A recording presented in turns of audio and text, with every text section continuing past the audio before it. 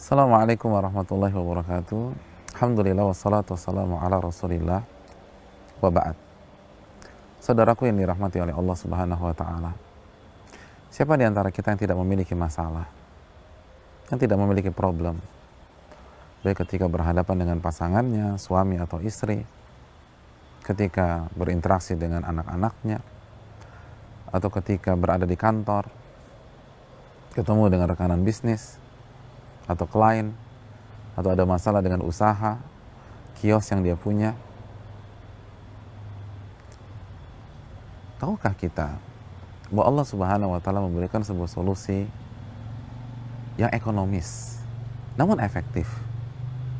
Allah subhanahu wa ta'ala berfirman dalam surat Al-Baqarah ayat 45, wasta'inu bis sabri was salah.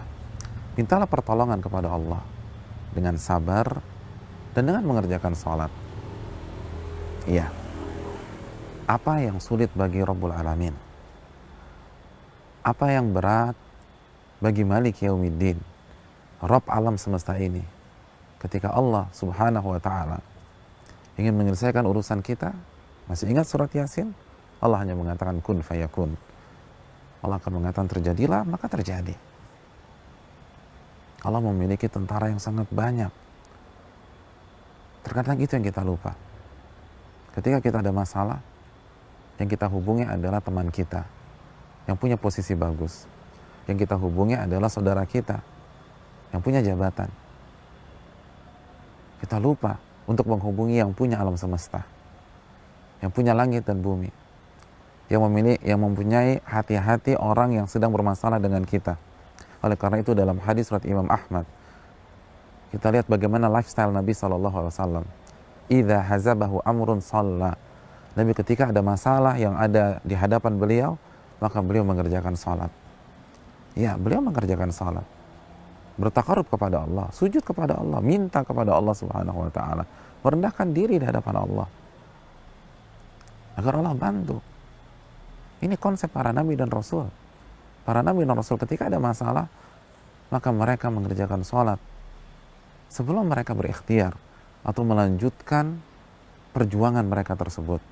Perjuangan itu penting, ikhtiar itu tidak perlu kita perdebatkan, tapi jangan andalkan diri sendiri. Jangan bertumpu dengan kedua kaki kita yang rapuh. Bertumpulah pada kekuatan Allah subhanahu wa ta'ala. La hawla wa la quwata illa billah. Lihat bagaimana Nabi Ibrahim alaihissalam ketika Sarah, istri beliau, ditangkap oleh pasukan Fir'aun dan ingin diperkosa oleh Fir'aun. Ya, Fir'aun pada zaman Ibrahim, bukan Fir'aun Nabi Musa. Apa yang Nabi Ibrahim lakukan? Beliau mengerjakan salat. Dan dalam riwayat, ketika Sarah sudah berhadapan dengan Fir'aun, maka beliau pun mengerjakan salat, minta pertolongan kepada Allah subhanahu wa ta'ala. Dan ini diterapkan oleh orang-orang soleh, sebagaimana yang diriwayatkan oleh Imam Al-Baihaqi dalam Syu'abil Iman, bahwa Abdullah bin Abbas mendapatkan berita tentang musibah saudara beliau. Apa yang beliau lakukan? Beliau langsung mengerjakan salat, meminta pertolongan kepada Allah subhanahu wa ta'ala. Begitu juga ketika Abdurrahman bin Auf secara tiba-tiba pingsan. Lalu berita ini sampai pada telinga istri beliau, Ummu Kulthum. Apa yang dilakukan Ummu Kulthum?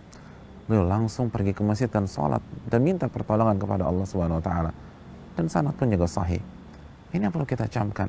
Bagaimana orang-orang soleh tersebut, mereka berjuang, mereka berusaha, mereka berikhtiar, tapi mereka tidak melupakan Allah subhanahu wa ta'ala. Mereka tidak mengandalkan kemampuan mereka yang sangat terbatas. Wa khuliqal insanu dha'ifa. Manusia itu, kata Allah, itu diciptakan dalam kondisi lemah. Mungkinkah yang lemah itu menyelesaikan seluruh problematikanya? Mungkinkah yang lemah itu menyelesaikan setiap masalah-masalahnya? Yang lemah meminta tolong kepada yang maha kuat, yang maha baik, yang maha rahmat, yang maha rahim. Sekarang, marilah kita ubah bagaimana kita menyelesaikan masalah kita. Luangkan waktu, tidak lama, tidak membutuhkan waktu 1 jam atau 2 jam, hanya membutuhkan waktu berapa menit. Ambil air wudhu, lalu niatkan salat mutlak, minta pertolongan kepada Allah subhanahu wa ta'ala. Salat, apabila pada saat itu bertepatan dengan salat sunnah tertentu seperti duha, lakukan salat duha. Kalau itu tidak berkaitan dengan salat sunnah tertentu, maka kerjakan salat sunnah mutlak, 2 rakaat salam, 2 rakaat salam, 2 rakaat salam, dan rasakan bedanya, karena Allah akan tolong kita Karena Allah Subhanahu wa taala menjanjikan ud'uuni astajib lakum, minta kepada diriku, aku akan kabulkan. Wassallallahu wasallam ala nabiyina Muhammad wa ala alihi wa sahbihi ajmain. Assalamualaikum warahmatullahi wabarakatuh.